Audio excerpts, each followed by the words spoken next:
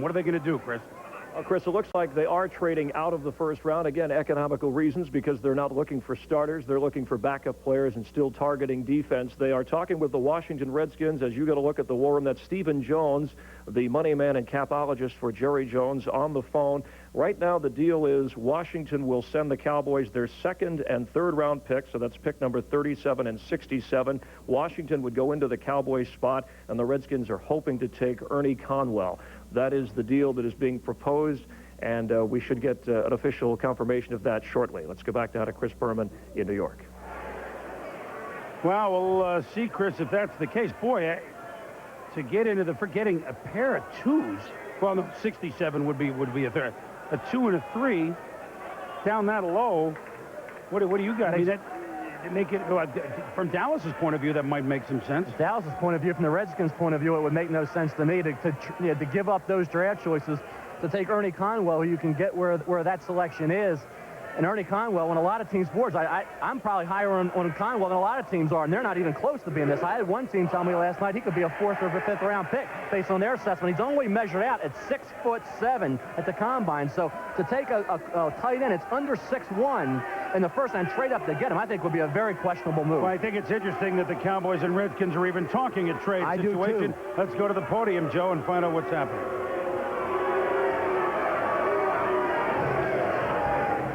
With the last pick in the first round, the Dallas Cowboys have concluded a trade with the Washington Redskins. The Redskins obtain this pick number 30. Dallas obtains Washington's second round pick in this draft, number 37, 37th pick in the draft, and Washington's third round pick, which is number 67 in this draft. With the pick that they just acquired, the Redskins select Andre Johnson, tackle, Penn State. And let's explain the New York Jets are on the clock. Roar that you've just heard. These are the Jet fans who want the Jets next on the clock with the first pick in the second round to go to Leland McElroy. And you know what? Why not? I mean, I know they got Morrell a little back, but they were fired up when McElroy is available. Is this his spot? And Andre Johnson, now that's a lot different than the Conwell pick, right? I mean, this is a guy projected as a first rounder. Mel's feeling a lot better about this one, I got to be honest with you. Definitely. I think this is a pick that makes a little more sense. You look at Andre Johnson, the guy at Penn State was that pure tackle, whereas Harding's, the one earlier, was a pure guard. I thought he had an outstanding senior year. Big kid who's got pretty good movement. If you remember, as a junior, he shut out Simeon Rice. No sacks, no hurries in that game, and you watch him here in pass protection. He gets his arms extended, and he really does a good job. Good base, a good strong base. I like the kid. I think to go and give up this much means that there was no way the Washington Redskins felt like he was going to drop into this position.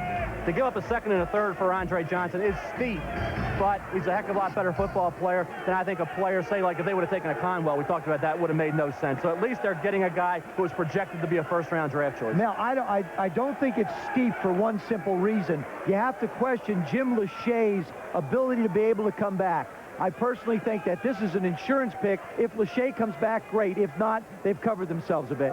Well, we understand the Jets pick is in, and it got in about as fast as Leland McElroy hits the hole. So let's see if this is the spot.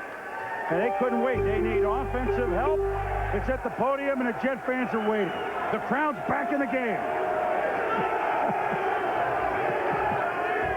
With the first pick in the second round, the New York Jets select Alex Van Dyke, wide receiver, Nevada, Reno. Arizona is now on the clock. Boy.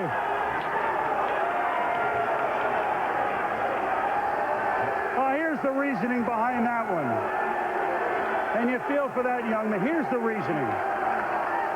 Leland McElroy is a similar back to Adrian Morrell. Very similar. Alex Van Dyke, before Jet fans, they can't believe that, you know, like last year when they took Brady on top of Mitchell, who's another tight end. Alex Van Dyke, led the nation in receiving at Nevada up in Reno. He's a return man, Mel, yes? Well, they got their return man. He's a productive, he's not that fast, but they got their home run hitter in Keyshawn Johnson. They got Jeff Graham. Well, and the fans are not pleased with the pick. But I like Alex Van Dyke as a player. I just thought it's a little high.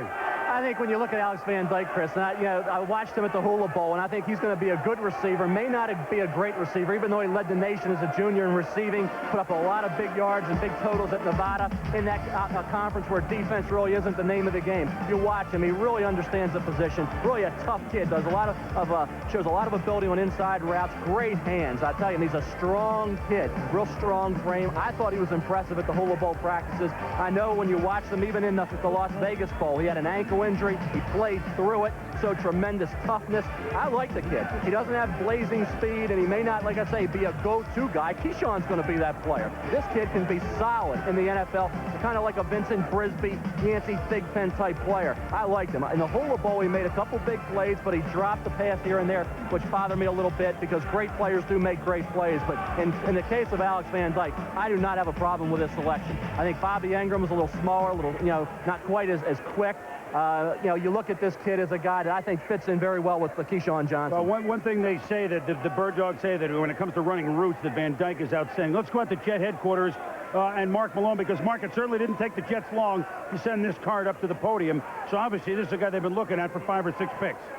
Oh, there's no doubt about that at all, Chris. Couple of things. Richie Kotite told me that he would take 2 wide receivers in this draft. Remember, Ron Earhart liked to spread that offense out in Pittsburgh and really throw the football here last year. Here's the other reason they didn't take Leland McElroy.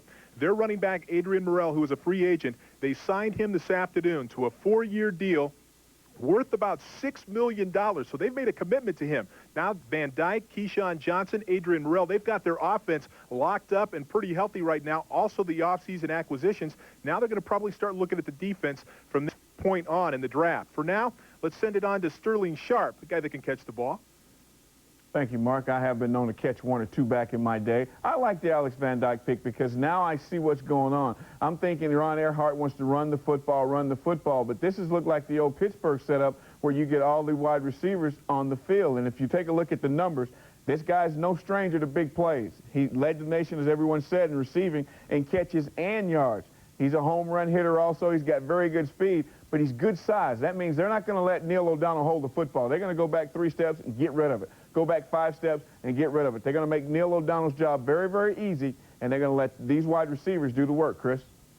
All right, Sterling, thanks. Joe, let's see who he fits in with. Yeah, a lot of guys in Wait a second, though. Sterling says he's going to make Neil O'Donnell's job very easy. Sterling, when's the last time you played quarterback?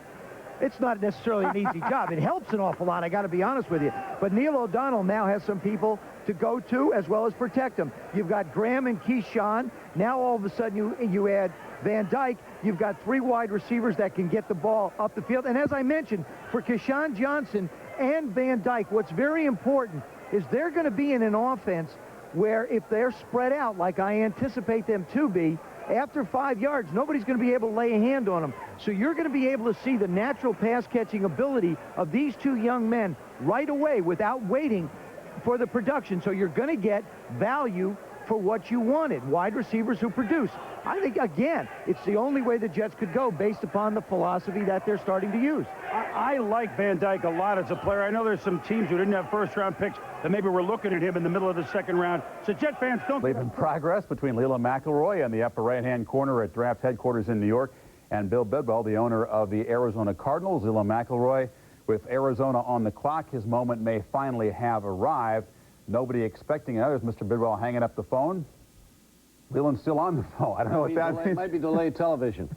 But he does slide out of the 1st round. Here's a junior who came out early along with Tony Brackens, a fellow guy down there at Texas who also slid out of the 1st round. In most mock drafts, including Mel Kiper's, both these guys listed in the top 13. Does it mean they made a mistake coming out early, going all the way to the 2nd round? No, I don't think so. A lot of good players fall out of the 1st round. Now, the question on Leland McElroy is, can he go tackle to tackle? I think he can. He's a high-character player. And as far as Tony Brackens, defensive linemen are a premium. You want defensive linemen, he'll go here quick. So many scouts love Leland McElroy, but there are questions about toughness. Did not play in the Aggies bowl game. Is it his time finally? Let's go back to New York. Chris?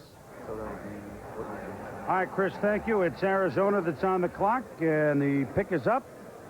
And hopefully for Leland McElroy's With the 2nd pick in the 2nd round, the Arizona Cardinals select Leland McElroy, running back, Texas A&M.